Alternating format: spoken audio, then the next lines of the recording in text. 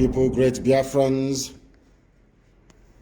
all the heroes and heroines, both living and dead. I welcome each and every one of you to this very special broadcast this very day, the 31st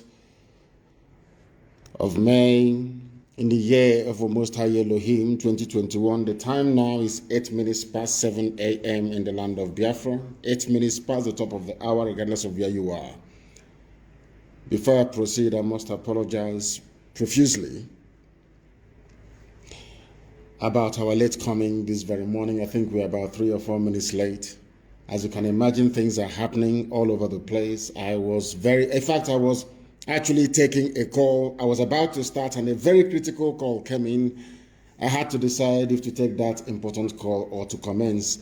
I opted to take the call and come to you a minute or two late, and I do apologize for that. From the bottom of my heart, I apologize. Please do forgive me.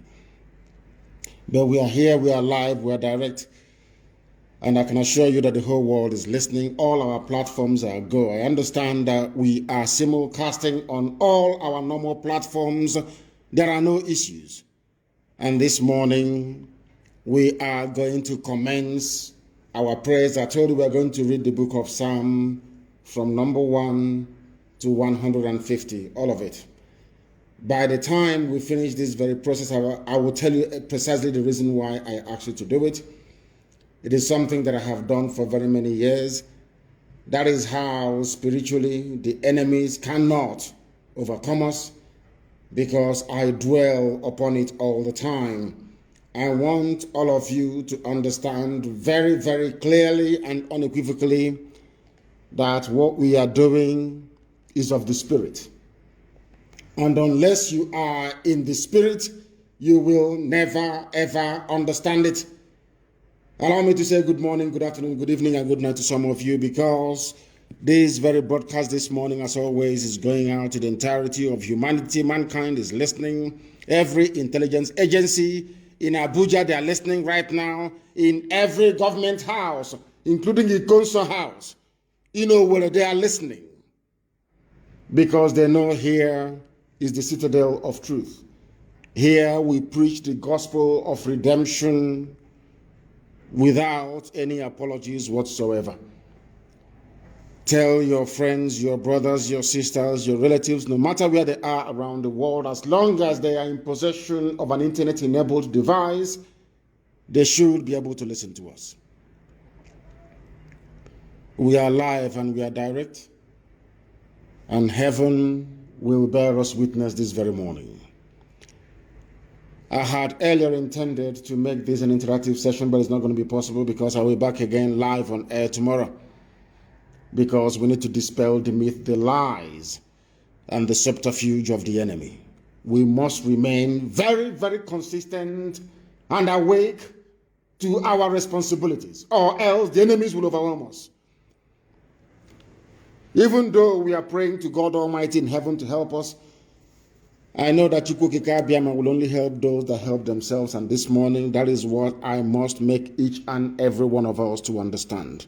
We must help ourselves, not just praying for the sake of praying. We must do something tangible to make sure that that comes to pass.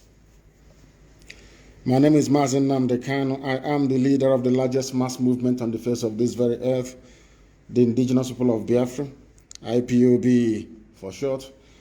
I am the director of Radio Biafra and Biafra Television, and by the very special grace of God Almighty in heaven and no other, a servant of the wonderful people of Biafra. This morning we are going to pray as it is usual, but I'm going to pray starting from today from the book of Psalm number 1. Tomorrow I am going to pray Psalm number 2. The next day I will pray Psalm number 3. And because of the magnitude of what we are doing, we are going to pray in English language. Because of course I pray 7 times a day, and when I wake up in the morning I pray in the language of the ancients, of course. But we are going to pray in English that everybody may be able to follow what we are doing and come to the realization, as we have done many, many years ago, that what we are doing is in the gift of heaven to give. Let us pray. For you have said, O Lord God Almighty in heaven, through your servant David, that blessed is the man that walketh not in the counsel of the ungodly, nor standeth in the way of sinners, nor sitteth in the seat of the scornful. But by his delight is in the law of the Lord, and in his law doth he meditate day and night. And he shall be like a tree planted by the rivers of water, that bringeth forth his fruit in his season. His leaf also shall not wither, and whatsoever he doeth shall prosper. The ungodly, the Fulani Janjaweed, are not so, but are like the chaff which the wind driveth away. Therefore, the ungodly, the traitor, the saboteur cannot stand in the judgment, nor sinners in the congregation of the righteous. For Elohim knoweth the way of the righteous, but the way of the ungodly shall perish. This we pray in the name of Chukwu Kikabi Amaprumi Henine now and forevermore. Ise. All of you, you are going to pray Psalm number 1 today as you're sitting at home, because today is no movement day. As you are sitting at home, you are going to pray and meditate on Psalm number 1. People may be wondering, why are they reading Psalm number 1? We are reading it because we are going to go through the entire prayer of King David, from number 1 to 150. For the next 150 days, we are going to pray and meditate on one psalm every blessed day. Today is Psalm number 1. Tomorrow is going to be Psalm number 2. The next day is Psalm number 3. For 150 days. And then you will see what will happen. 150 days, we are going to remain watchful and prayerful. 150 days. But I'm very, very certain that you will not get to the end of the 150 days, because I have a very personal experience. Now I am giving you the secret of how we operate. We are in the spirit. I know it's very early for you, for some of you this very morning, and I want to get confirmation from those in the know how our compliance is going in terms of our sit at home. Our lockdown, not even sit at home, complete shutdown of everywhere. People who are watching us via Instagram can give us such updates. Those watching via Twitter can also give us such updates. We want to know the level of compliance. I am from Ibeku, known for our stupidity and hopelessness when it comes to the issue of Biafra, not minding that in my village, in my father's compound, was the last Biafran headquarters before our eternal leader, Dimodumegu Chukwuemeka Ojukwu, left for Ivory Coast. Umuahia people are known for their stupidity and idiocy. So also are Enugu people and Abakaliki. And I want to know this very morning if they are complying or not. I want to know their level of compliance this very morning. Enugu and Abakaliki, I want to know what is going on, because they are very foolish.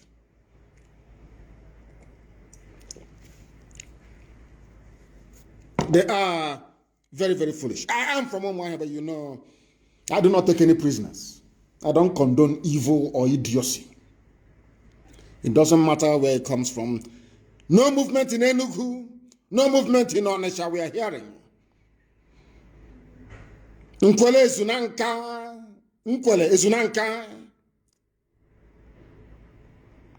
They said Enugu is in compliance. Ikonsawe is in lockdown. Enugu is empty. Fega Onitsha is in total lockdown. Some are saying even for the past 24 hours, there is no movement in and around some parts of Imo State. That Imo is obeying this very command. Calabar is also doing well, we want to know. But Oron, they say, is not complying, and I'm not too surprised about that. I will come to the reason for that later on. And we also need pictures, please, and videos everywhere on every social media platform before they will bribe them to say partial compliance. We want the videos as we normally do and the pictures this very morning flooding every social media platform. Of course, Anambra is the first son of Biafra and Igbo land in general. They must comply. Anambra has been doing us proud from day one. You know, when Anambra behaves like a first son, I'm very happy. When Anambra comes up to behave, like to take the leadership, I am very, very happy. They are the beginning of who we are as a people. Both Igbo and Biafra in general. Everybody's from Anambra State. Everybody's from Anambra. I said everybody's from Anambra State. So when they take the lead, I am very, very happy, as it should be, because they are number one. Anambra is. They say I am, of course, all of us from Anambra anyway, so let's not even go there. Asaba is in total lockdown. They said Iguacha is not complying. Newi is in total lockdown. Iguacha is not complying because that little witch, that demon, that devil, Katrina Lang, went there. And unfortunately, my Ikwere brothers and sisters are setting themselves up for destruction. If you listen to what the Janjaweed are saying, if you listen to what the Janjaweed are saying, they said they are tired of Igbo people, they can go. And I feel sorry for my Ikwere brothers and sisters because Wike will lead you down the path of destruction from which you can never recover. If you don't know what is going to befall you or how to do something, you borrow from history. If you people continue with this idiocy of Wike, I'm telling you the truth, you will go the way of a Lauren. Hausa people will be better than you. Hausa will be better than you, I'm telling you the truth. That is why Umuahia is in total lockdown for the very first time, useless people. I'm from Umuahia myself, for those who may not know. I don't take prisoners, I tell you the truth. You may not like it, but I tell you the truth. Of course, our bar is with us. Every time they're with us in total and complete lockdown. There is no movement anywhere. They said Eket in Akwa Ibom is not complying. Abani Road is in total lockdown because here we speak the truth always. We speak the truth always, always. And I will tell you the reason why. Eket and all those places are not, because we are going to focus on them very, very shortly. We are going to focus on them very, very shortly. All of you claiming you are South, Niger Delta, I want you to look at what happened to Hausa people. It will happen to you. It was because of you that I said no to having an Igbo-only republic. I said no. When I was in prison, they came to me to offer me freedom for what they call the 5 southeastern states, and I told them no, I will not have it. I want the people of Ejo to go down in history as having said that we refuse Biafra. So that when what is about to happen to them starts happening, nobody will go to rescue them. Everything I do with facts and with reason. During a referendum, I want people to decide where they belong. Do you want to be part of Biafra or part of Nigeria? Because when you choose Nigeria, I can assure you that Lauren is a child's play. You'll be like Hausa people. Today, is anybody talking about Hausa people anymore? No one talks about them anymore because Hausa is gone, taken over by the Fulani Janjaweed. But we must not forget why we are here this very morning. We remember those that fought and died that we may live. You know me, I'm not used to commending people, but when you do something right, I'll commend you. That is why I commend what Obiano did yesterday at the cenotaph that he built to commemorate our fallen heroes. Very, very commendable, I must say. I must also commend Governor Ugwanyi for what he did in terms of releasing all those. I don't care if they are IPOB, if they are Zionists, they are all Biafrans. I must commend him for the release. And I'm even surprised I'm saying that I'm oh my goodness, I'm even commending, okay, see, I can't even believe I'm saying this, for coming out on Channels TV last night to speak the truth to power. To speak truth to power yesterday. I also commend Okezi Bazo for what he said. And to an extent, I also rather very grudgingly commend Omahi as well for lifting the threat to shut down or to take away the businesses of people that will comply with this very order today. Maybe they are beginning to repent, who knows, I'm not too sure. I don't want to speak too soon. But if they have repented, it is a very good thing indeed. If they have repented, it's a very good thing indeed. I understand Hope Uzodinma is still in hiding. He cannot come out. Nobody can see him, as I have said. He cannot go to any church. He cannot commission any project in any village. If you invite Hope Uzodinma into your village, then you are in one almighty trouble, I can assure you. We are not threatening anybody. I saw the Fulani Janjaweed newspapers like Premium Times writing their junk as usual and Daily Trust. You know how they are. They think because they have the commanding heights of the media, because they have all the money in the world, they can bribe Google, they can buy off anybody, they can bribe CNN. They think because of that, their own version of the truth is what the world is going to accept. But we are teaching them a lesson that we are an army of journalists. IPOB all over the world, we are an army of journalists. And these vagabonds can never, ever defeat us. This very day, we remember the courage, the bravery of the class of 67 to 70. It is because of them that we are sitting at home this very day all over Biafra land. I call them the bravest of the brave, because they did something that no other army in the world has been able to do.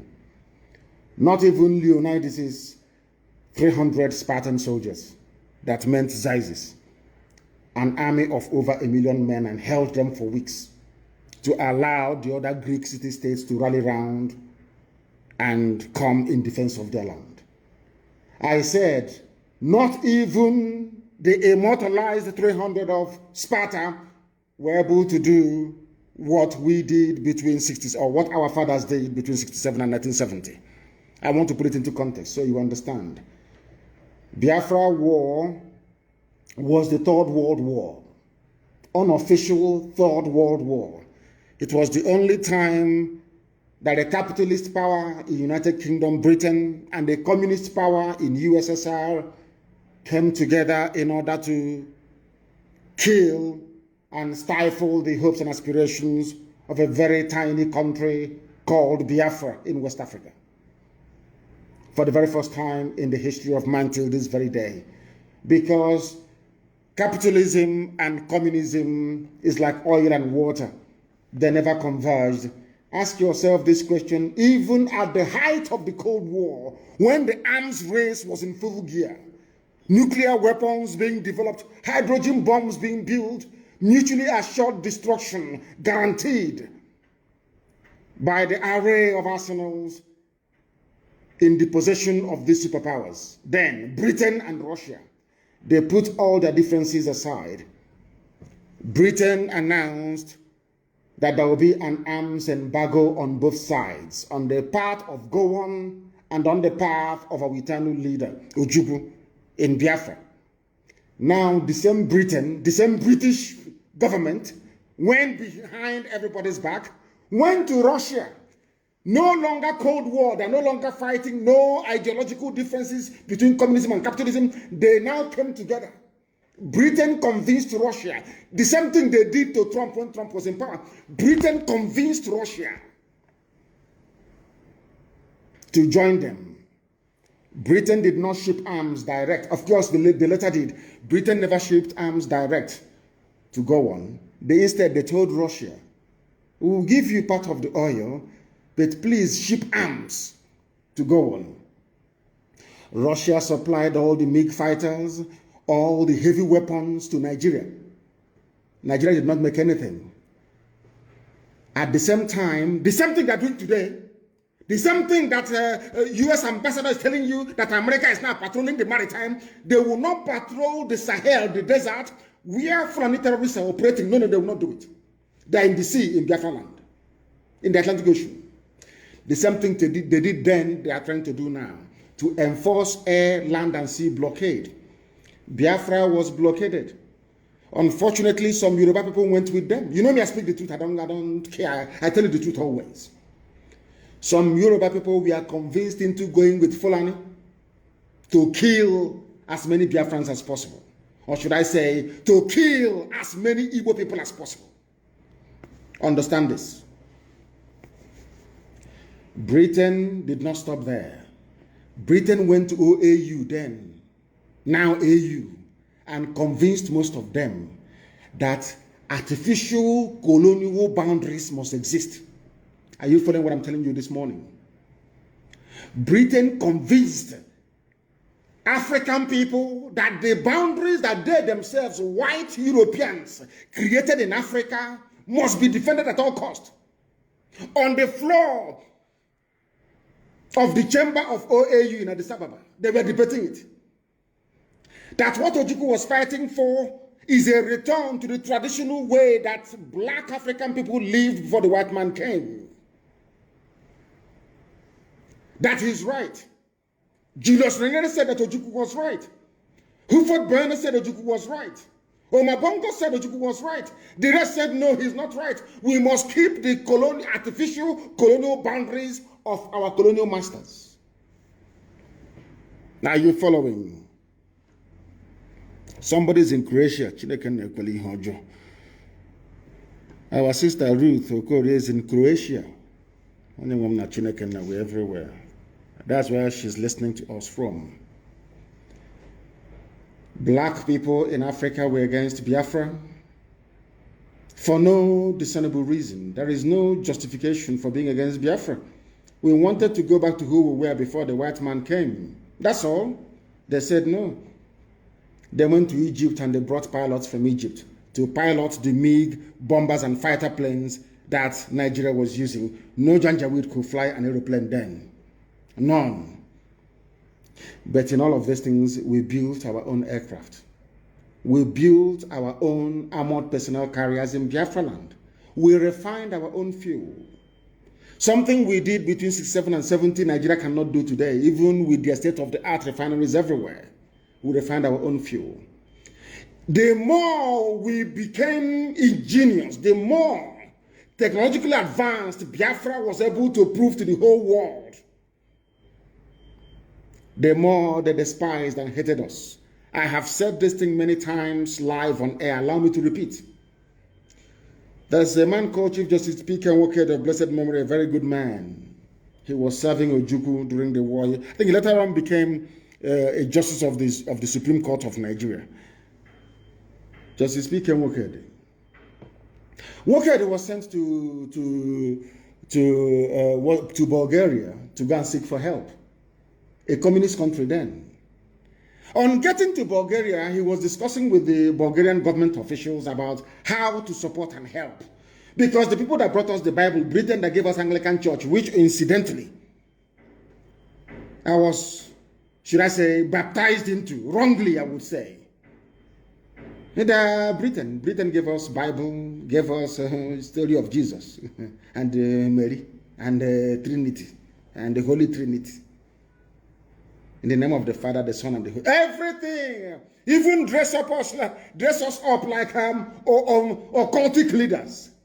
Because when you see a pastor in a church, he looks like an occultic, he looks like a foreign dibia. But they were supporting Muslims from the north to come and kill us. P.K. Mokedi went to Bulgaria to go and ask for help. On getting to Sofia in Bulgaria, his aircraft landed. They took him to his hotel. In the next day, they scheduled a meeting with the government officials. They took him to a government building, not the official government building, but to a building, and asked him why he came. He told them how Biafran people are suffering, how we are dying, how we are being starved to death, and all the rest of it. And at the end of his narration, he finished narrating his story. They said to him, we sympathize with you. This is Bulgaria, I'm telling you. We sympathize with you. But the thing is that we don't want another Japan. The world is struggling with one Japan. We don't want another one to come up. Chief Justice P.K. Nwokedi told me this himself in a place called Enfield in England when he came very many years ago before his passing. He told me face to face, not recycled information. Chief Justice he was, P.K. Nwokedi. And he looked at them, he said, the Bulgarians told him no. The world is having to cope with the technological advances of Japan. We don't want a black country to come out and be like Japan. No, we don't want it. P.K. Nwokedi left after 4 days. It dawned on me that the conspiracy against Biafra is global. It doesn't matter how many petitions you write, how many letters you write. It doesn't matter how many of us they kill. The world would not respond. They will not listen. I also told people a very important story. I went to go and see the United Nations officers in Geneva. I walked into the meeting room. Edoziem was there. Our sister Nnamdi was there.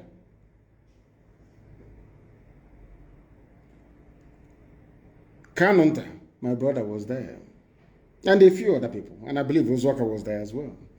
We went into this meeting, asked all these people, we went into this meeting with the United Nations in Geneva. The room, they lined up, the various departments, they were all there. They asked me to present my case. I presented a very compelling case for Biafra. One of them said to me, he said to all of us, not to me. He didn't say it in secret. He said to me, why is it that any time in New York, this was UN offices in Geneva that we went to. He said to me, why is it any time Biafra is mentioned in any meeting at UN headquarters in New York, everybody will get up and leave the room? I asked him, what did you say? In front of ask anybody who was with me in Geneva what I'm saying. We were at the UN office.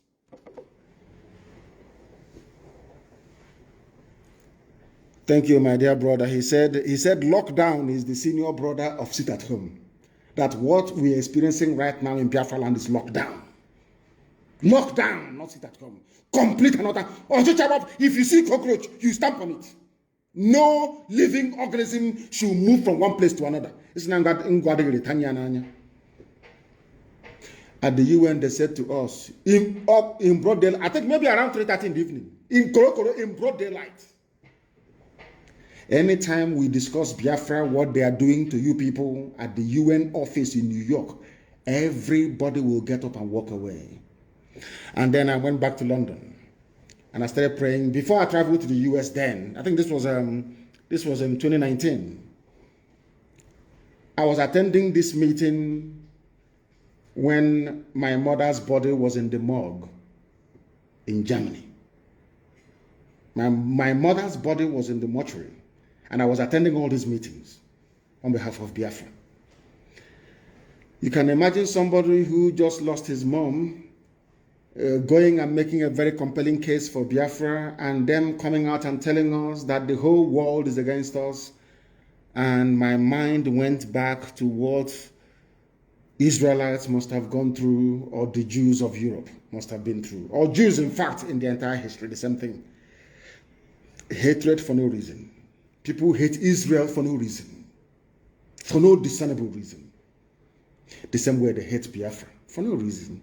I was asking white people, what did we do to you?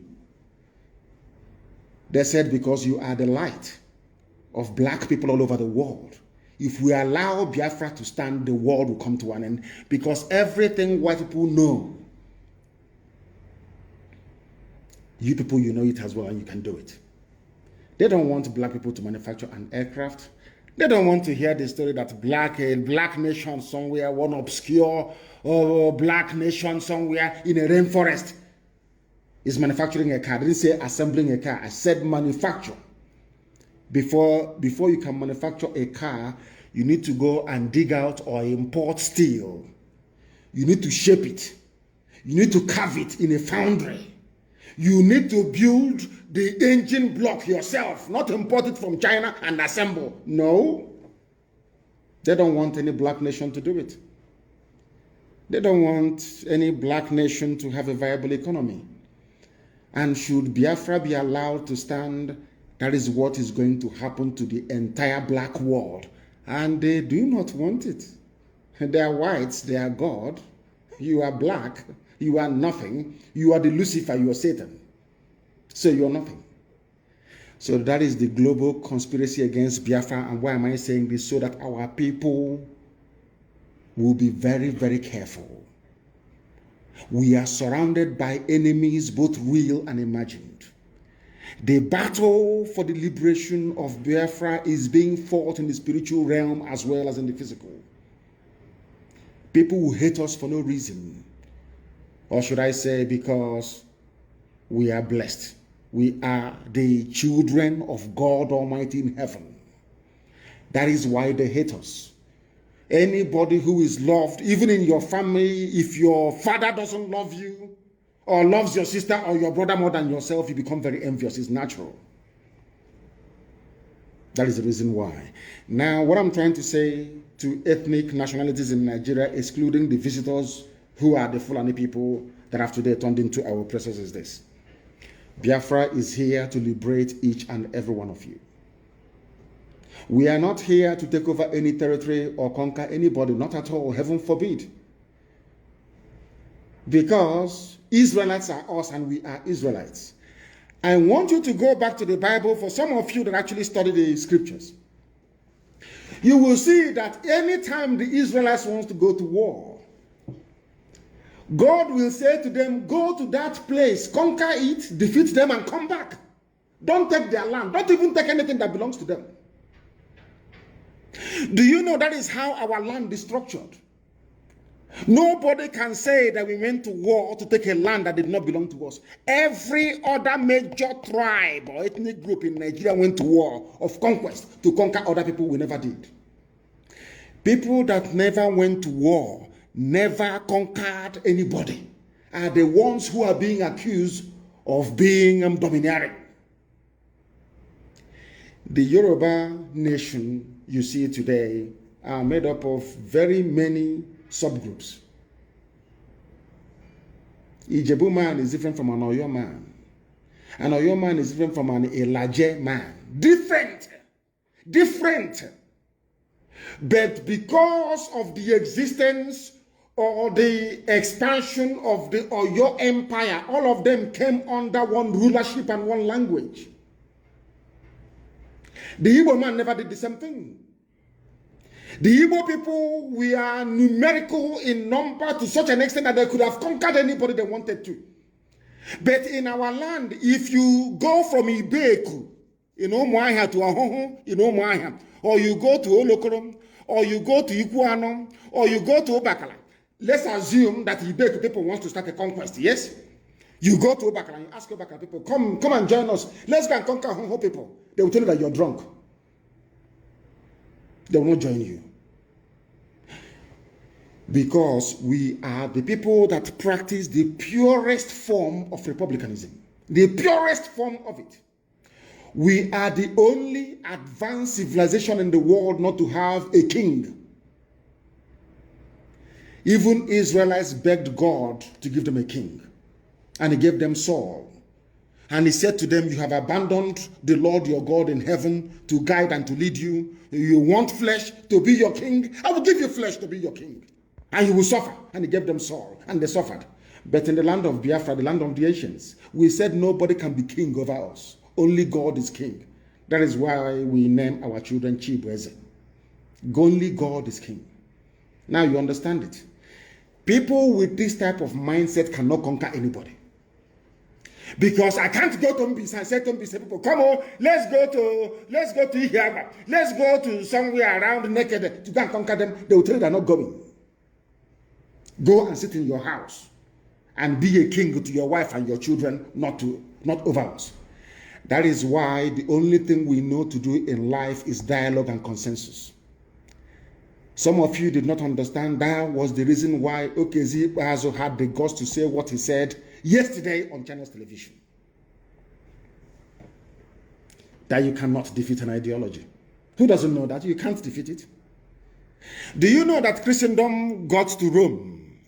Nero and all the powerful rulers of Rome tried to kill as many Christians as possible to subdue Christianity. I want Fulani Janjaweed to understand. That is why we don't give a damn what you're doing in our land. All the extrajudicial killings, all the massacre, it only makes us stronger and more radical.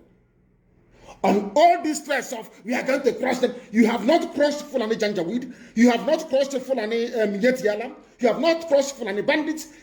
A whole Nigeria is working with ISIS. This is something that Biden needs to know, if Obama will let him know this. It doesn't matter how many people you kill in our land. Those who survive, those that will survive your pogrom and your deal will become 1,000,000 times more radicalized. Look at Imo State today because you killed Ikonso. That is why Hope Uzodinma cannot come outside again.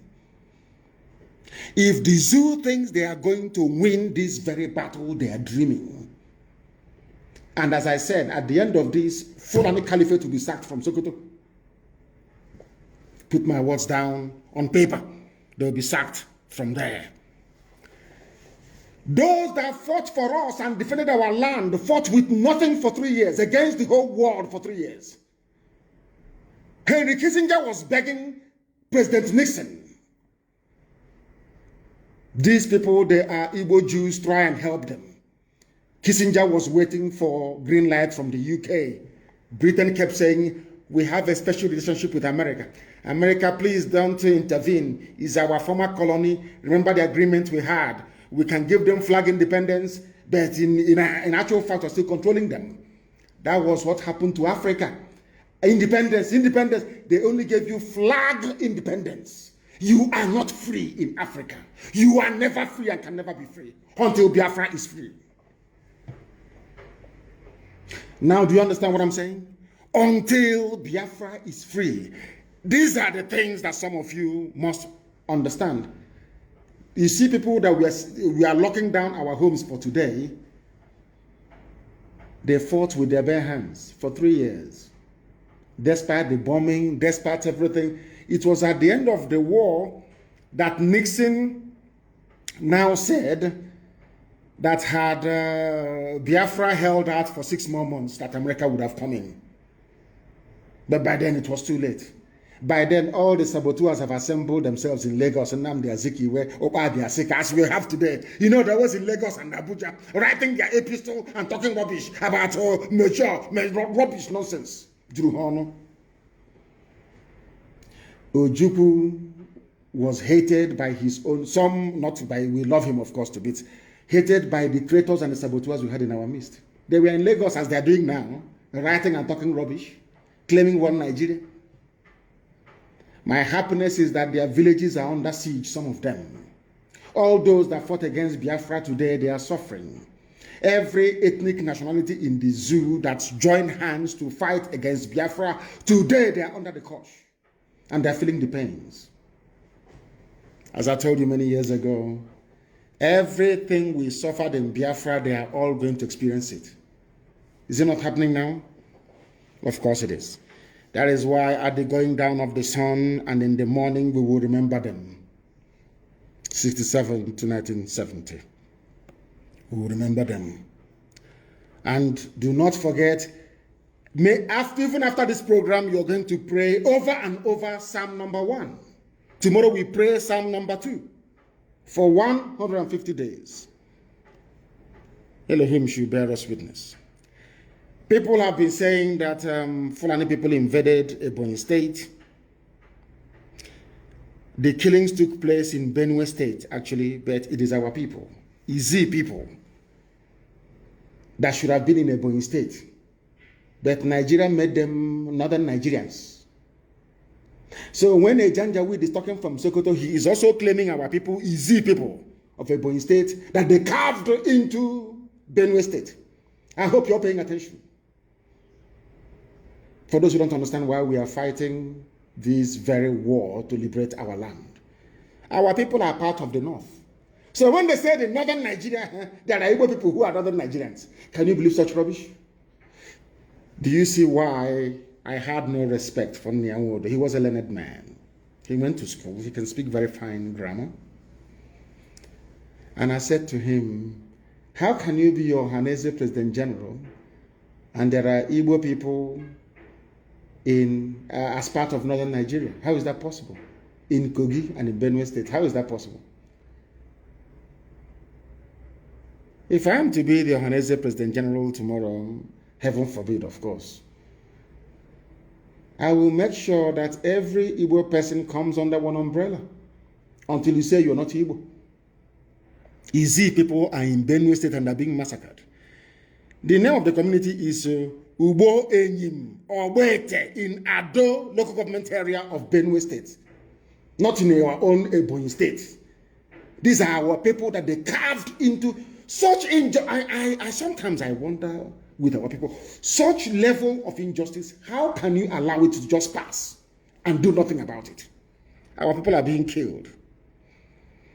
Although the place is only accessible through Obala town of Ebonyi local government area, but the people who are being killed, they say they removed our app from where? It's no longer on Play Store. Britain is working overtime. They said that IPOB community radio app is no longer on the Play Store. Of course, it won't be. It's Britain, they have money. How much do they have? They went to Google. Is it not Google that owns Play Store? Go to Google now and write in Nnamdi Kanu on the search engine on Google and see the news you will get to try to poison the mind and the hearts of the world. Now go to DuckDuckGo, you know that search engine. Go to Bing, another search engine. Go to Firefox, go and type in Nnamdi Kanu. Compare the results, you will see. Everything on Google is bad news to portray me as a terrorist, to portray me as a killer. Because Fulani, they are controlled by El Rufai. They have over $30 billion war chest to keep Nigeria one and to be milking all of you. But Chukwu Kikabiyama is fighting for us. And they can never win. They've removed it from Play Store. And I'm not surprised. This was what I want people to understand. That these things we're encountering today was exactly what they did between 67 and 70. Before Britain kills you with their Fulani slaves, they will first demonize you. That's their classic. I read in Britain, so I know what I'm talking about. I know them very well. They will first demonize you. That's what they do. Very clever. A very clever move. They will first demonize. They will use the media. They will demonize you. They will demonize you. They will demonize you. So that when they come to kill you, nobody will be asking after you. Very clever plan. And that's what they're doing now. Do you know how I knew this? You know, some of you just go through history, you don't do your research. I do research. You know, when they kept calling Ojukwu secessionist, you did this, you did that. I kept wondering. When it occurred to me that this is how Britain operates, I went back to Aburi conference to go and do my research. It was during the research that it occurred to me that Ojukwu did not actually start the war. It was Nigeria that started the war by firing the first shot at a place called Gekem. If I'm not mistaken, do you understand? Ojukwu went to Aburi to go and negotiate restructuring. Now listen carefully. It was the same Britain that said no to restructuring because Britain was afraid that with restructured Nigeria, if you take Nigeria back to the regions, the likes of Dr. Michael Obara, Awolowo, and all the rest of them will continue to grow the economy of the South because as at 1964, 1965, 1966, Biafra land, the East, had the largest and the fastest growing economy in the whole world. Dr. Michael Obara May your soul rest in the bosom of the Most High. Dr. Michael Okpara had the fastest growing economy in the whole world. He was growing the economy of Biafra at the rate of 40% every blessed year. Britain wanted to stop it. Are you listening to me? Britain wanted to stop it.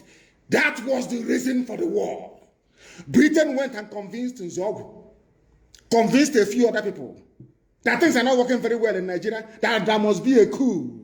Britain, MI5 engineered the coup, claiming that if they overthrow Tafawa Balewa, they will appoint Awolowo as the head of state. Are you following me?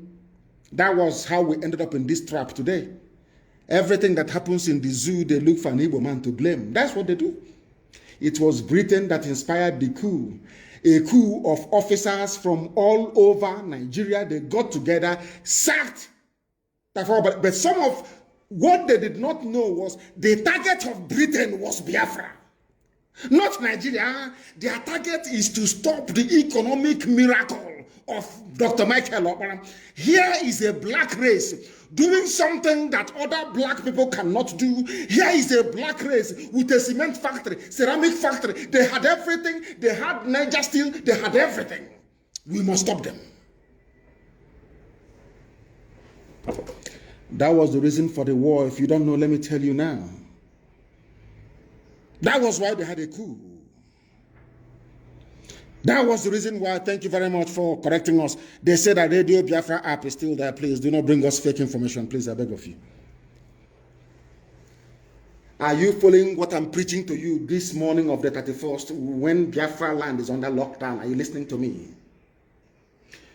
Britain demonized to kill. Once the coup finished, they now went to Fulani and told Fulani, the person that killed your revered leader, Ahmadu Bello, is an Igbo man, no longer Niger Delta.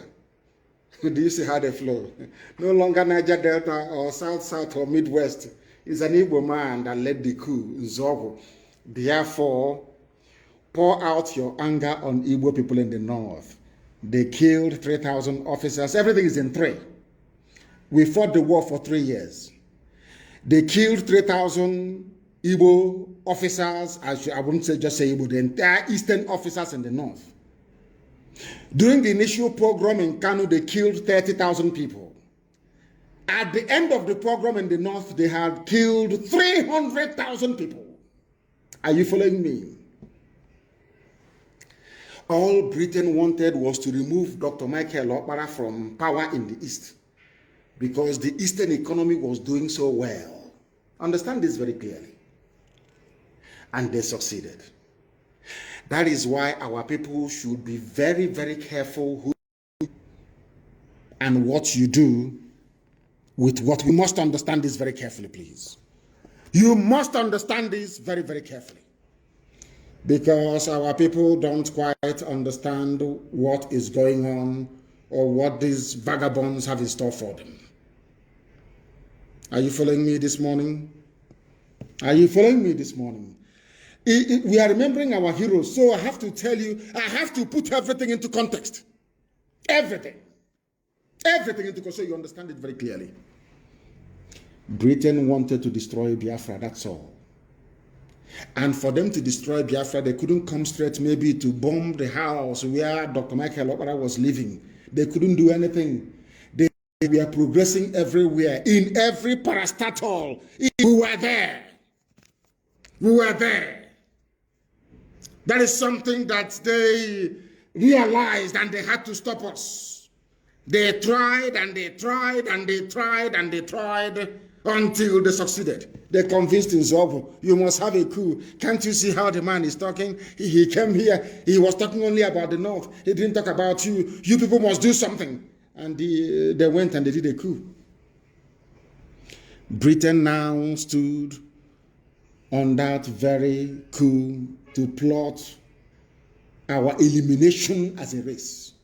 What Britain had in mind was the extermination of the Igbo race, to exterminate us from the face of the earth. But God intervened, and they're now trying it again. That was why they killed Gulag in Owerri. Why do you think they killed him in Owerri? People, you see, I keep saying to journalists in Nigeria, you people are part and parcel of the problem. After politicians, the next set of vermin you have in Nigeria are the journalists. You know, as soon as Katrina Lang said she was going on leave, my mind told me that something could be fishy. Something horrible is about to happen. And it has happened. It happened, you know what, didn't it? The same way with 1966. That's how they operate. Demonize to kill. Before they kill you, they first of all demonize you. Do you know what they did? Their so-called presidency, which is Garba Shehu and El Rufai now, that the ones running it, I'm going to lay a curse on them. I'm praying before I lay a curse on Garba Shehu. Nobody hears about their vice president, Yemi Oshibanjo. No, it's Garba Shehu we're listening to. Zoo animals that have no brain. This UG. They sent out a tweet. Suggesting that Gulag was killed by IPOB and ESN in Owerri. Listen, that's how they go. Exactly what they did with Nzogu. But you know that Nzogu fell for it. We cannot fall for such gimmick. These pathetic Nigeria presidents, so to speak, which is Garba Shehu and El Rufai, said that Gulag was killed by people who are determined to undermine the unity and territorial integrity of Nigeria, which means IPOB. That's what they're saying, a whole presidency of Nigeria. Now, Gulag was killed. Was it on Sunday morning or was it Saturday evening? I don't quite know. How can you, in a matter of hours, you have now decided to tell the world that you know those that killed him? Exactly what Tinubu did in Lagos. IPOB is planning to bomb. IPOB bombed. Exactly because what Katrina Lang said to them is, you must focus on demonization. You people don't read between the lines, but I do.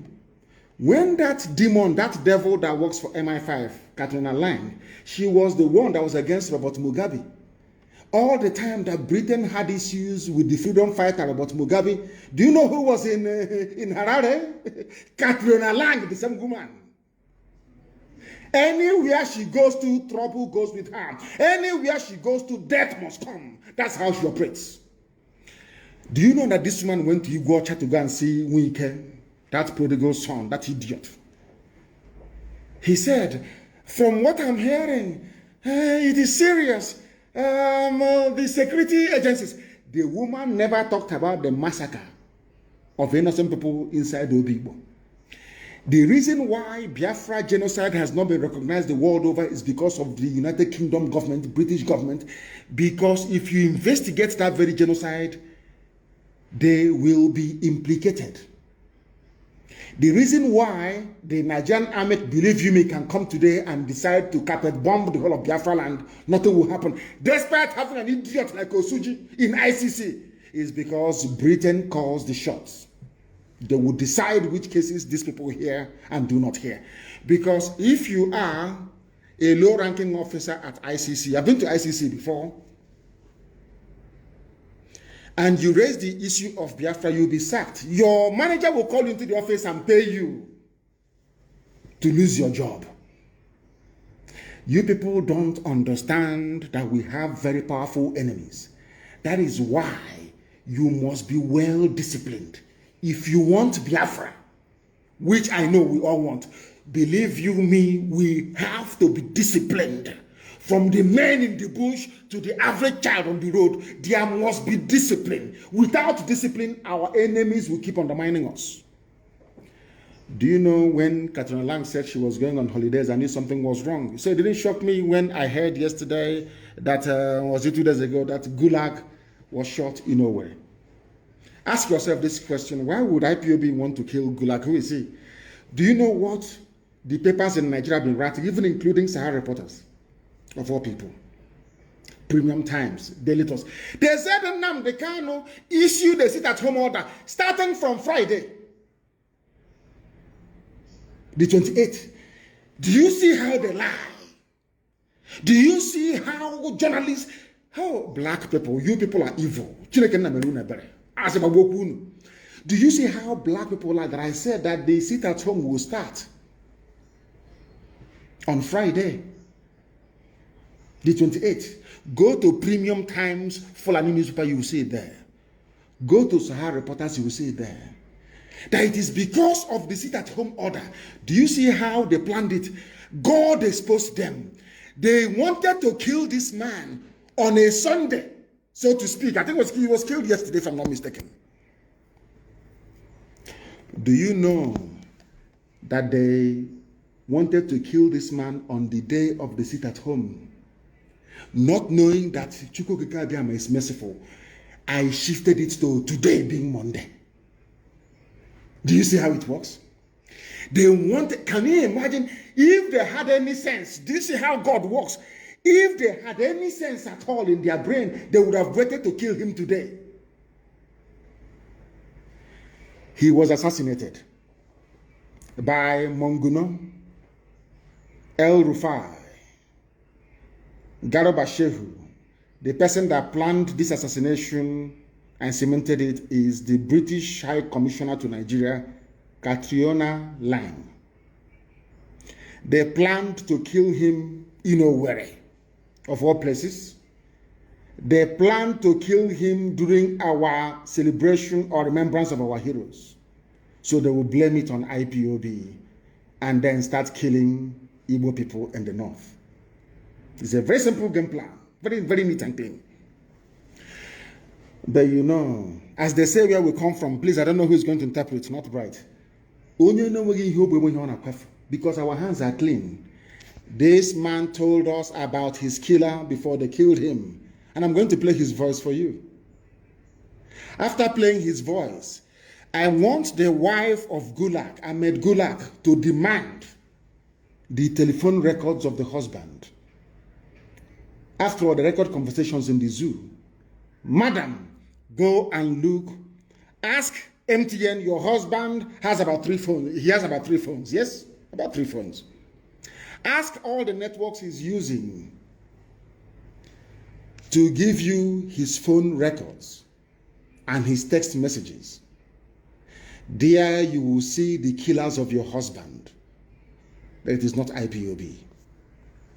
Let me tell you what the man said before they killed him. The reason why they killed him, to tell you how evil they are. The reason why I know that Britain is behind this is the way they play. I know they must demonize you. To kill you, they first demonize you. That's how they do. It was this same woman, Katina Lang, that demonized Robert Mugabe.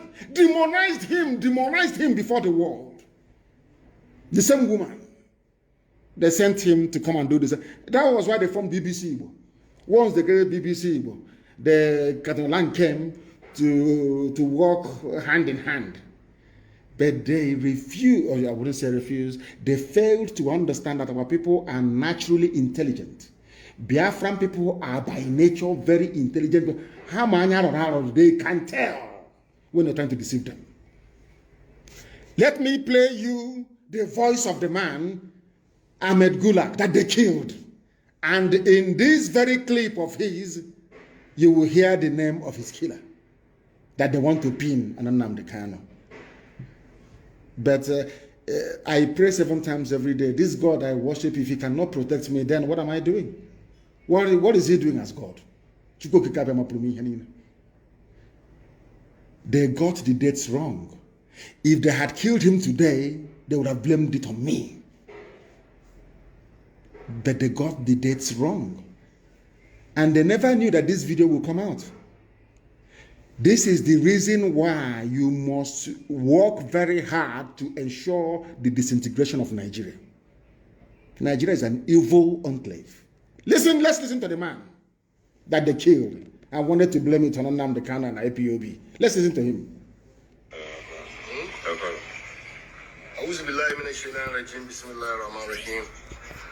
I want to say what I have been saying over time. Mr. President, remove, arrest, prosecute Major General Ali Munguno, your national security advisor. Arrest him. So this is Ahmed Gulak. asking their so-called president to do something. To do what? What are you asking the president to do, please? The man they killed in Owerri, blaming Nnamdi Kanu, IPOB, ESN. The man that they themselves killed. That is the name of the man that killed him. He's about to mention. Listen. Mr. President, remove, arrest, prosecute Major General Ali Munguno, National Security Advisor. Munguno. He is corrupt. He is clueless. He don't have the interests of Nigeria and Nigerians at heart. And that Munguno is a hypocrite. Yes. If he is the NSC, yes, and he think he have available power within him, let him arrest me. He is corrupt. He's a thief. He's a problem to the security of this country. Thank you. If people are afraid, I'm not afraid. I'm not afraid. Gulag. He said he's not afraid. Munguno is only busy stealing the monies.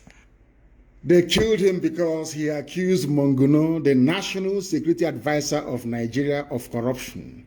He said, I am not afraid of you. I don't care what you're going to do. This man called Gulag did not even trust Hope, or the man he put in power in Imo State. He did not trust him. That was why he left his hotel without telling any security operative, because he felt that Munguno was on his trail. That was why there was no siren. He took a simple taxi because he feared for his life. Is it that simple? It's not common sense. If a high-ranking APC official can visit a place and refuse every security protocol, it's because he is afraid or in fear of his own life. Have we ever had any encounter with Gulag to make him be fearful of his life? No, is the answer. The person that killed him is here. The person that killed him, he has mentioned his name. But Premium Times, Sahara Reporters, Punch newspaper, Daily Post, these are evil black people writing rubbish. Evil men and women claiming they are journalists. Evil people. The man mentioned his killer. Told you who killed him. But you are so determined because of you want to serve your British masters. You are so determined to pin it on IPOB. Okay, I don't know, man. You people are evil. Oh my God. I want our Hausa service to translate this very broadcast into Hausa language and play it for Hausa people. We don't know who this man is. He's inconsequential. He's a nobody to us. Intellectually, he's not a force to be reckoned with. I never mentioned his name before because I don't know who he is.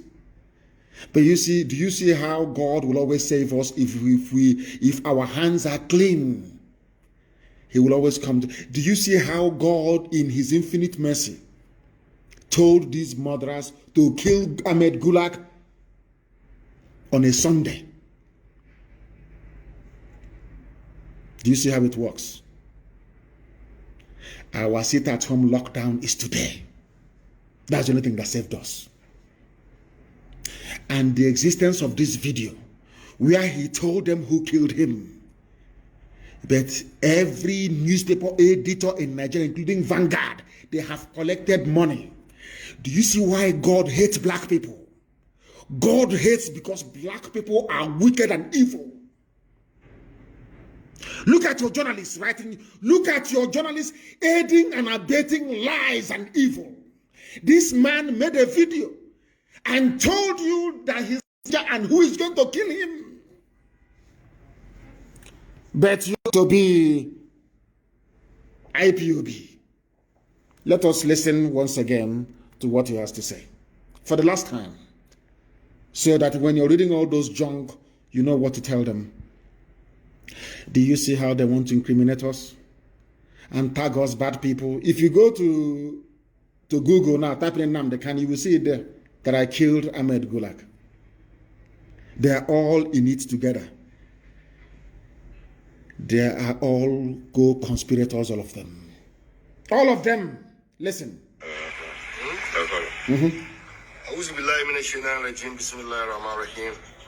He prayed. I want to say what I have been saying over time. Mr. President, remove, arrest, prosecute Major General Ali Munguno. That's the man that killed him. Ali Munguno is the man that killed Ahmed Gulag. Simple and short. Why is it that Nigerian journalists are trying to pin it on IPOB? Why? I'm asking them.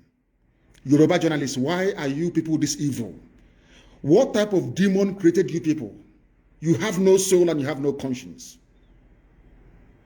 Oh God, let's continue listening. Your national security advisor, he is corrupt, he is clueless, he don't have the interests of Nigeria and Nigerians at heart. And that Munguno is a hypocrite. If he is the NSC and he thinks he have available power within him, let him arrest me. He is corrupt, he's a thief, is a problem to the security of this country. If people are afraid, I'm not afraid, I'm only afraid of God. He is saying because he knows nobody can say that I am not afraid if his life is not in danger. Nobody can say that. But that's what he said. Let's continue listening. Because Munguno is only busy stealing the monies meant to protect us. That is it. And the better for you, Mr. President, remove Major General Munguno. Is the most useless NSA ever produced in the history of Nigeria. Thank you very much.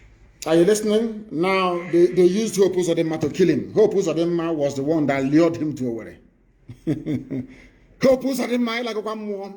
They used him to lure this man to Owerri. This man was afraid of his life.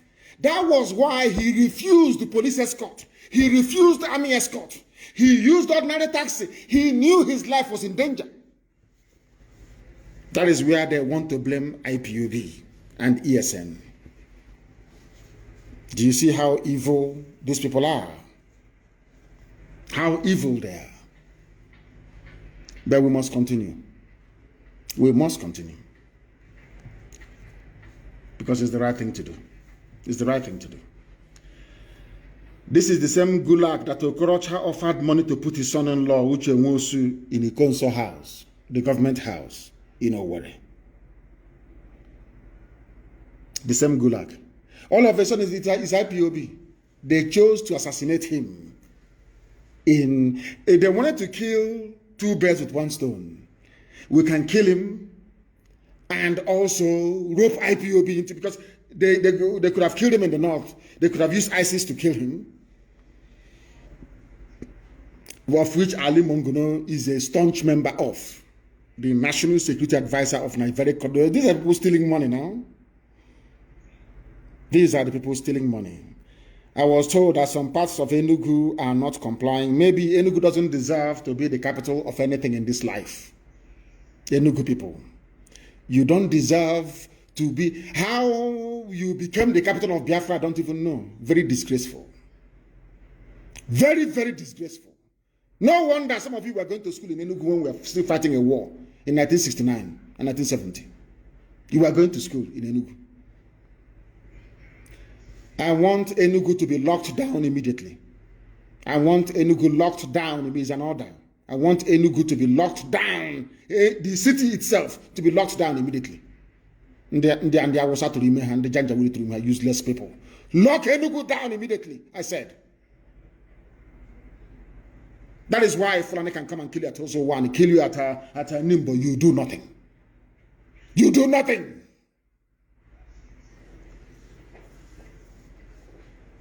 Anyway, we'll visit Enugu very soon, and they will see. They will see. The whole Gulag subterfuge is something we Biafrans are used to. Britain wanted to stop Biafra, wanted to stop Dr. Michael up, and all they did was to get in Zog and a few people to do a coup. At the end of the day, at the end of that process, we had lost 5 million people and counting. That is how they operate. So when they kill Gulag, then Igbos in the north will be massacred. But thankfully, Hausa people have said they are no longer interested in doing the bidding of the Fulani Janjaweed. That's why there's been no killings all this while. Now the Hausa people understand that I and Nnamdi Kanu, I'm also fighting for them. They understand it very clearly. For them to be free from the yoke of Fulani Janjaweedism. They understand it very clearly. The time where you can come with your lies and get away with it is long gone. Not anymore. Not anymore. Not anymore. Don't worry, my people. That thing Enugu is asking for, they will get it. They will get it. But of course, it's some of the Enugu is on lockdown. It's the army that is perambulating with Fulani people on motorbike. Enugu is on lockdown. But they will be dealt with all the same. They will be dealt with. Anywhere that this very order is being flouted today in our land, that place will be dealt with. I assure you. I assure you.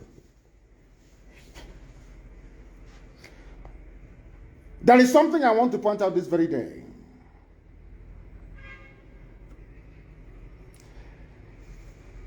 The North have issued a statement which I welcome wholeheartedly. Enugu is on lockdown. People should stop lying. You know me, I speak the truth always. They said that Enugu is on lockdown. Enugu is on lockdown. And there was abduction of students yesterday at Imo State University. I hope the Fulefus, you're listening. The army went to a hostel to go and abduct people. I hope you are all listening and following. Tomorrow night you start talking rubbish. They went to a hostel and I want that school to vacate. They must leave the school perimeter. Because if you're in school, you know, when they're going to abduct you, Futo, College of Agriculture, all of them, you must leave away. Go back to your parents' homes, please. Or else the army will come there to abduct you. Fulani Janjaweed people, they have said something today very, very critical. They said that we don't want to coalition of northern groups. We can no longer continue to coexist with people of Igbo State. Hallelujah. Chineke, in fact, I'm kneeling down now. Hallelujah. Who wants to coexist with you? Janjaweed, who wants to live with you? Why? Because of the death of Gulag. Exactly what they did in 1966. It is a fellow Fulani Janjaweed that killed him. Now they want to blame Igbo people for it. Enugu is in lockdown. I know that Eket is not complying. Enugu is on lockdown. Videos is on Facebook. Because I have to speak the truth. If anywhere is not on lockdown, I have to say it. I don't have time to pepper over, to try to cover up our foolishness and idiocy. I have no time for that rubbish. I will tell you the truth. If Enugu is not complying, I will tell you Enugu is not complying. But an overwhelming number of people are confirming that Enugu is on lockdown. It's only a few Janjaweed they hired, those few shiners to be moving about to give the impression that the place is not everywhere. Of course, Anambra will always comply. Anambra will always comply. They are the head now. They are the first son, so they have to comply. They have no choice. They have to comply. Maybe the capital of Igbo nation should maybe not even know where move to Anambra, to be honest with you. Because in the new Biafra, we're going to have an independent Igbo nation, independent Ijaw nation. Ibibia will be independent. Efik will be everybody will be independent, autonomous, so to speak. The capital of an autonomous Igbo nation maybe should be somewhere in Anambra State after all. Maybe we're making mistakes all this while. They're trying to take it somewhere else. It should be somewhere in Anambra. Because Anambra is the only place, anytime there is a sit at home or lockdown, entire Anambra will be locked down. Aba will comply, but Omaya will be shaky. Very stupid people, you know. Hey, and I did believe in a woman, useless to the core. Useless to the core. Maybe we should go back to our origin, which is Anambra State. Maybe Anambra should host the capital of a new Igbo nation. I'm telling you the truth. Because they always comply. The only governor to build a cenotaph is from Anambra. The one we built in Enugu was knocked down by criminal elements. I don't know what's wrong with Enugu. Okay, get mad at yourself. What is wrong with you people, self? What is it your years? Enugu was the place where they elected a Hausa man as the mayor 2 times in Enugu. God forbid. God forbid. This coalition of northern groups, CNG, on Sunday said the North can no longer continue to coexist with people of Igbo extraction in Nigeria. CNG said the assassination of Ahmed Gulak, a former aide to Jonathan in Imo State, was an indication that the North can no longer coexist with the Southeast. Look at it. But the man told you that it's you Northerners that killed him. He came to Owerri. Uzodinma invited him to Owerri. How can we know where he stayed? Who is he to start with? Is he an important man? He's not even important. Why should we want to kill him? We are fighting for freedom, not killing people. Only in the zoo that self-determination is a crime. People who did not go to school. They say that Enugu is on lockdown, though. We shall see. Enugu is complying. We shall see. Aguilera is in lockdown. Imo State is under chain.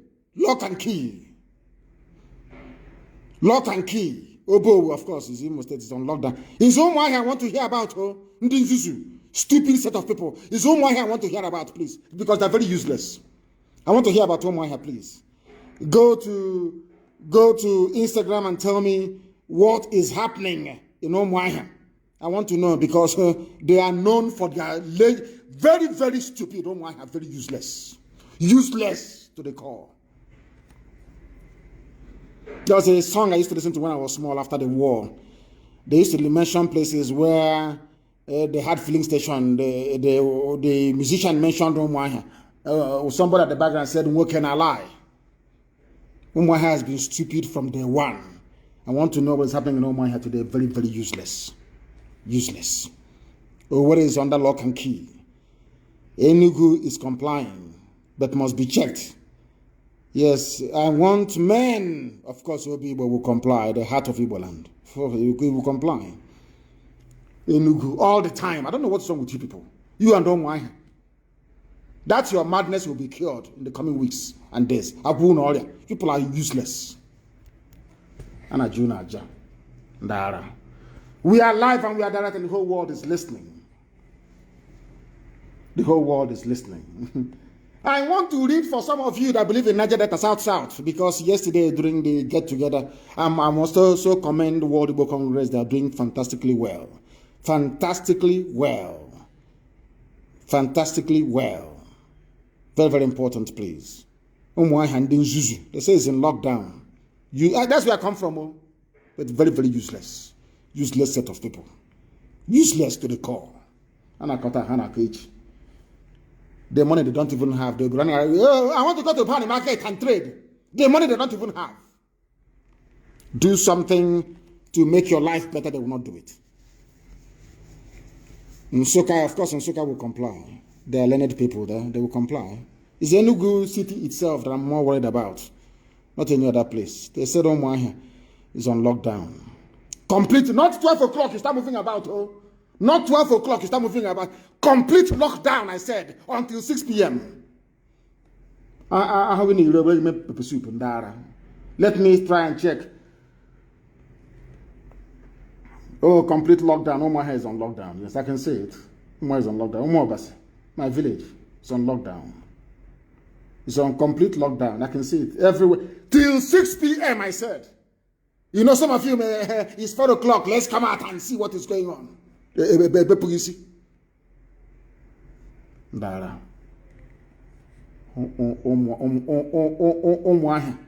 their stupidity. We must be very, very disciplined. I saw a video, I don't know if it is correct, and I know that our men are listening. I want them to listen very, very carefully. If we are disciplined, we can defeat any army in the world. Discipline is the key. I saw a video, you know me, I don't hide anything, about people dragging bags of onions from a trailer. If we get the name of the owner of those goods that some people we are vandalizing, IPOB will pay them the value of a trailer load of onions. I will pay it. We are not doing what we are doing to become lawless or uncontrolled. You know me, I don't condone any act of criminality. I cannot condone it. If you know the name of the person that owns the trailer of onions that was vandalized, bring it to my attention and we will pay them back in full. That nonsense cannot happen again. I've told you people before, places of worship is out of bounds. Banks you cannot touch. You cannot steal anything belonging to anybody. You cannot. If you steal something belonging to somebody, be it a bag of onions or tomatoes or yam or whatever it is, regardless of who the owner is, I don't care who the owner is. If you steal anything in the course of this movement, people are going to die as a result of it.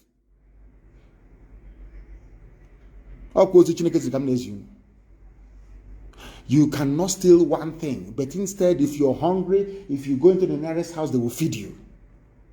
That scene that I saw of a trailer being vandalized carrying onions is a disgrace to our struggle. And I'm going to find those who are responsible for that rubbish and will be dealt with.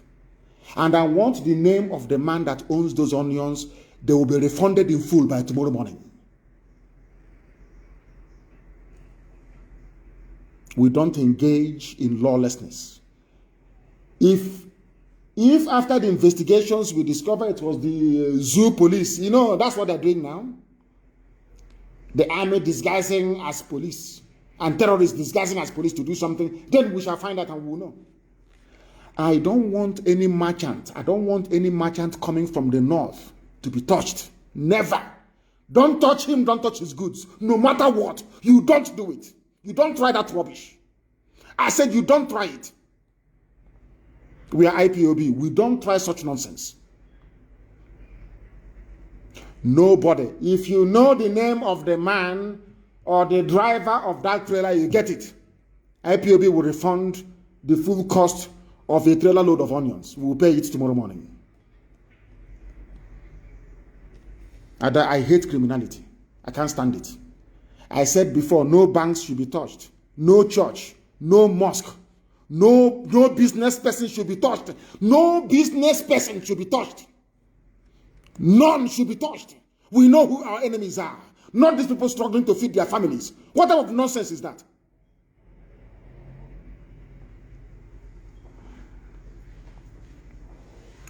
We cannot touch people who have done nothing to us. That is not how we roll. Do not touch people doing their legitimate businesses, regardless of where they come from. You cannot touch them. Please. So when something happens, we can investigate very quickly and find out. If not that we know who we are, do you think we would have found out that it was Monguno and Britain that killed Ahmed Gulag, you know what, to make it appear as if it is IPOB, so they can start killing our people? You don't understand that? We cannot give our enemies room to demonize what we are doing. That is why we cannot condone any criminal act. We cannot. And by tomorrow, we are going to repay a full lorry load of onions. Money we could have used to do more important things, we are now going to spend compensating the owner of those onions that some fools vandalized. My goodness. There was something that my brother said, Tompolo, that I want to read out for people of South,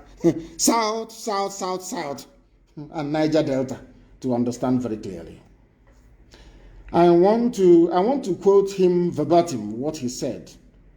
The states that make up Niger Delta and why they so-called anybody. If you agitate, if you say I want an Ijaw nation, I can understand that, and I respect it, because after all, in the new Biafra, Ijaw is going to be it's going to be an autonomous nation anyway, with their own flag, national anthem, and everything. If you say I'm agitating for a BBO nation, and I can understand that. But anytime you say I'm agitating for Niger Delta, then you need to explain this to me, please. I'm going to read what our brother said, Tompolo. I have not heard from him in a long time. He now gave a statement, and I welcome it, of course. Now, he said, and I quote what Tompolo said: the continuous running of the Niger Delta Development Commission, NDDC, by a sole administrator at the instance of the Minister of Niger Delta Affairs, Senator Akpabio, is undemocratic and anti-development, hence unacceptable to the people of the region. The people, I continue to, I said I'm quoting him verbatim. What I'm reading now is what Tompolo said.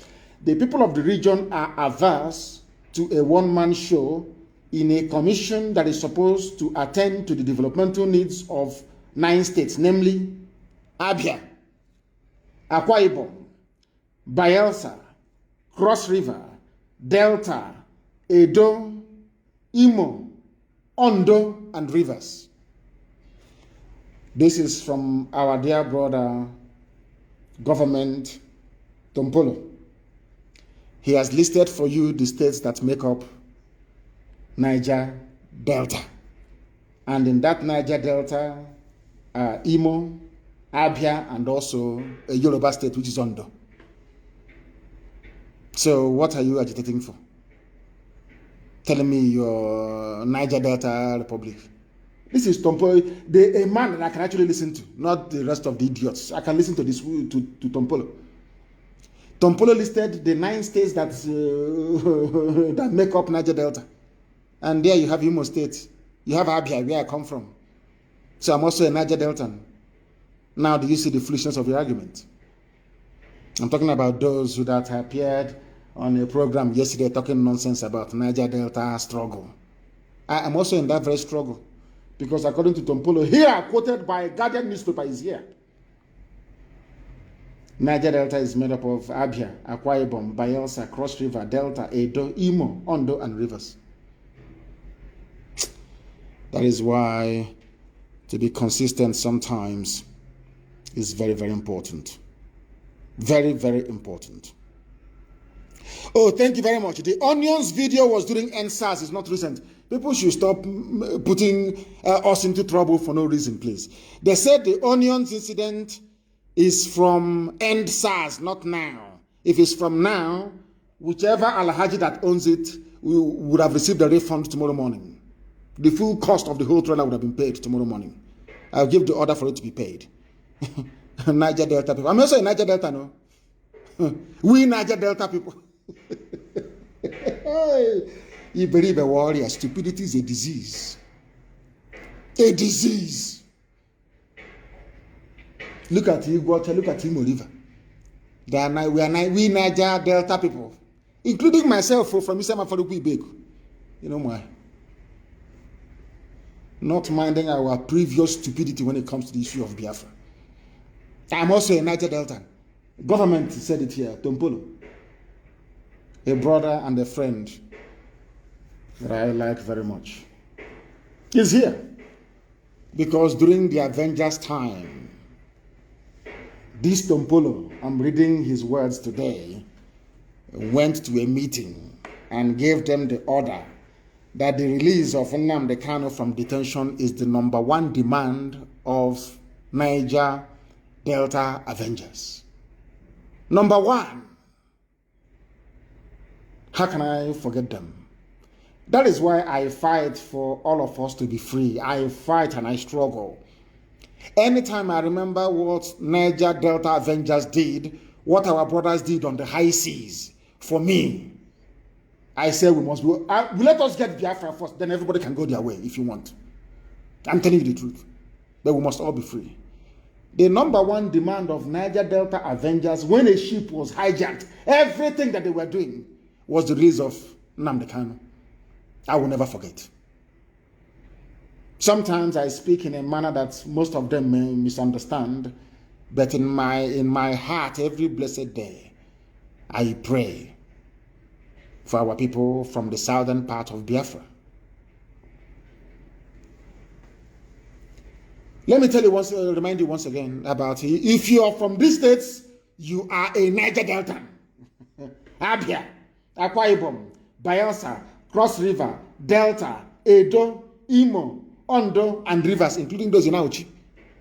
Do you know about longitude and latitude, the lines on the imaginary lines we have on the face of the earth to pinpoint where you are?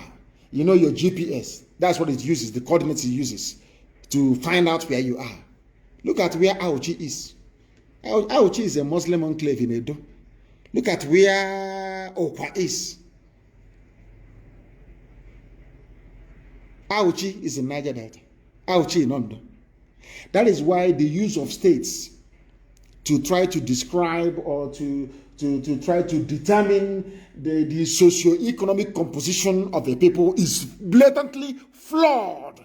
That is why there has to be a return to the regions. For those of you who are arguing for restructuring, go back to your regions and you see development. That was why Britain destroyed the regions to create states, knowing that states are not viable and can never be viable.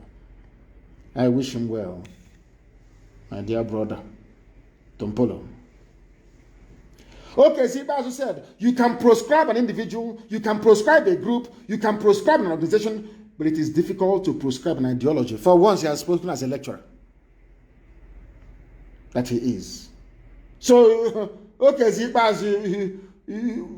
how long have you known this? That we are undefeatable. What we are pursuing, you cannot defeat us. Not now, not tomorrow, not ever. Those of you who are on Instagram, please. On Instagram, please. I need confirmation of where we have compliance and where people are messing up. So we know those we are going to treat. Of course, Auchi is in Edo State. Look at where Auchi is. It's part of Niger Delta. Isn't that crazy? Somebody in Obalu is not Niger Delta. Look at where Auchi is. Look at your map. Auchi is more like north, isn't it? It's more like north. I don't know what they did. Somebody's asking why can't Niger Delta Avengers resume their job? It's because they listen to politicians. Once you listen to a politician, you're gone. Once you listen to them, you are finished. You are finished. Our people must be guarded and disciplined at all times, please. No criminality or ill discipline will be tolerated. If you attack any business or goods belonging, I don't know, if I say it now, people start burning their businesses down, asking for compensation from IPOB. I don't know, I'm not going to go any further. You must know that the zoo you are in, they are very good when it comes to propaganda. Please, very, very good. We cannot afford to give them any space or room to portray us in a bad light. Please, we must be very, very careful. We must not give our enemies any reason whatsoever to tarnish our image. Fulani terrorists in the bushes and those in uniform are our main targets. You must understand this very carefully. If this gulag thing doesn't work, they will bring somebody else to kill. They'll blame it on IPOB. I told you they will burn our markets in Lagos. They burnt Ladipo. Was it yesterday they burnt Ladipo? Because I exposed Alaba, they now went to Ladipo. It's Tinubu that is doing it. Bola Ahmed Tinubu is the one doing it. Any day we retaliate now, people will start talking rubbish. Now that Tinubu is busy burning down Igbo markets in Lagos, nobody will talk. Please, very, very important. There is a video in circulation, one idiot trained by the zoo police to claim he was part of ESN before. We must be very, very careful. I don't believe in mentioning names, but something came up. We had somebody before that put the lives of our people in danger. His name is Uche Lionheart. Anywhere you see him, you should arrest him and hand him over to the nearest ESN command. He was a deep mole within our structures and is directly responsible for the deaths of very many gallant fighters within us. He was an informant for the zoo security agencies for some time now. Wherever you see him, arrest him and hand him over to the nearest ESN command. His name is Uche. He was formerly one of my bodyguards. They call him Lionheart. He moved from Obibo into Imo State. He is working for the zoo. He was the one that compromised our structures in Iguacha. The same thing he tried to do in Imo State. We are investigating if he had a hand in the death of Ikonso in terms of giving away his movement. His name is Uche Lionheart. If you find him, you know what to do. He's a traitor. He is a traitor. Very, very important. Of course, Onisha will comply. If you have been dealing with him, Uche or Lionheart, if he's been sending you videos before, you are part of the problem also. Anybody who contacts him, Chineke Namerega, because you are a dead animal walking. He is evil. He is evil. Uche, his name is Lionheart, is evil. He is working for the zoo. He is working for the zoo. He is an enemy. Because of him, we have lost very many people. He is the one that will tell the zoo police where to find our people. He is the one. You send him on an errand, he will set the people up, and the zoo police are gone. That is what he does all the time. That has come and gone. Be very, very careful, please. And I want his pictures everywhere, circulated everywhere, so you know who you're dealing with. He is evil. And you know me, I don't hide anything. If you are within our structures in ESN and you work for the zoo, I will come live on air, I will expose you, I will put your pictures everywhere. Those of them in America that were contacting him before, do you see what you have done? That was why I said, nobody from abroad should contact our men on the ground. That was what I said. Now you can see the reason why. Now you can see the reason why. He is evil. Very, very evil. And everybody who's ever dealt with him, you are also a suspect. Right now, because I can't trust you. Uche was a mole and a traitor within our midst. And he's finished. And on that note, we have come to the end of our program this very morning.